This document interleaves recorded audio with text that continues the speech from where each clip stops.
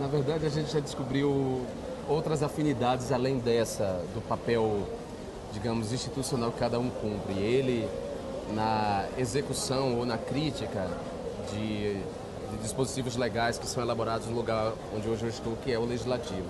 Uma discussão que a gente tinha começado aqui antes do início da gravação, de que é qual o papel que as polícias têm no Brasil hoje, num contexto de democracia. No caso do meu tema específico, a gente percebe, eu estava contando para ele que a gente acabou de concluir um estudo onde segurança e ordem são circulares na legislação brasileira. Segurança diz que é para manter a ordem diz que é para manter a segurança. Mas o grande achado desse estudo que o Fórum conduziu foi, sem dúvida nenhuma, dizer que não está na legislação o espaço para dizer o que significa ordem. Está na doutrina, no campo jurídico, está na doutrina, abrindo uma enorme margem de autonomia, de discricionariedade, para quem?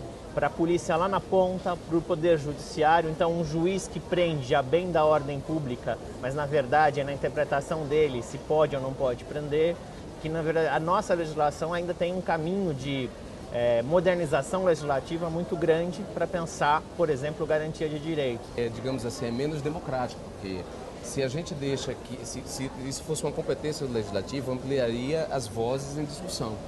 Refletiria, digamos assim, muito mais a vontade da sociedade do que restringir essa decisão a um juiz ou a um grupo de juízes.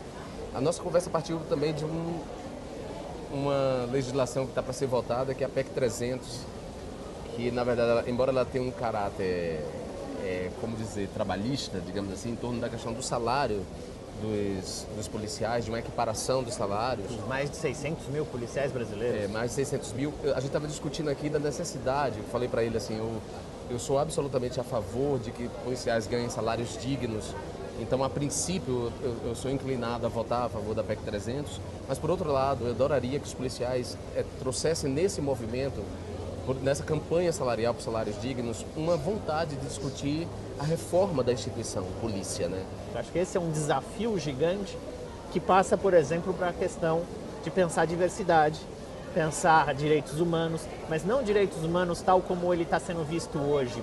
De uns anos para cá, falar de direitos humanos passou a ser algo démodé ou até mesmo tem uma conotação pejorativa. Sim.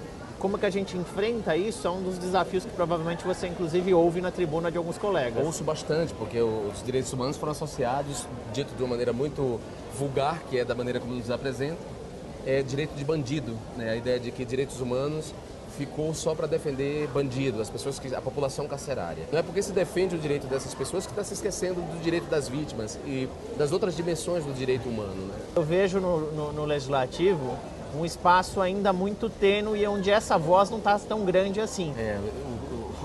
Há um travamento do discurso mesmo, ele acaba acontecendo no âmbito ali das comissões. Na comissão, muito mais na Comissão de Direitos Humanos, essa discussão é levantada, mas nas outras comissões não. A linha de interpretação é essa, de que as polícias servem para defender o Estado. Já existe muita coisa sendo feita.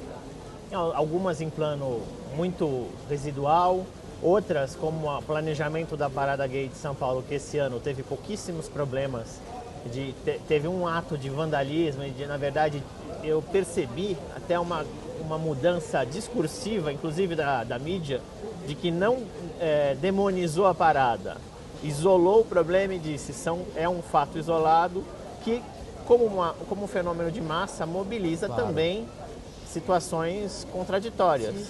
Mas como fazer, dentro da complexidade desse jogo, materializar essa transformação que a gente quer para uma sociedade melhor, para cumprir aquele objetivo da Constituição de construir uma sociedade justa, igualitária, que promova o bem de todos, sem preconceitos de raça, idade, religião, origem e quaisquer outras formas de discriminação. É um desafio grande, mas eu acho que como eu disse, eu sou uma pessoa esperançada. Eu acredito que seja possível, sim. Esse diálogo que a gente teve aqui, nós estamos tendo nesse momento aqui, é um diálogo que ele pode se estender institucionalmente. Né? É verdade. A própria militância do Jean é um exemplo de que as vozes já estão, pelo menos, o volume já é mais alto.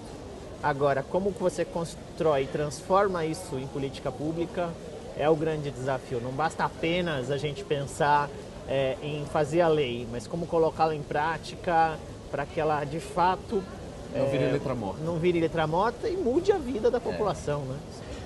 Foi um prazer, né? Também. De verdade. Satisfeitíssimo, foi ótimo. Foi legal mesmo.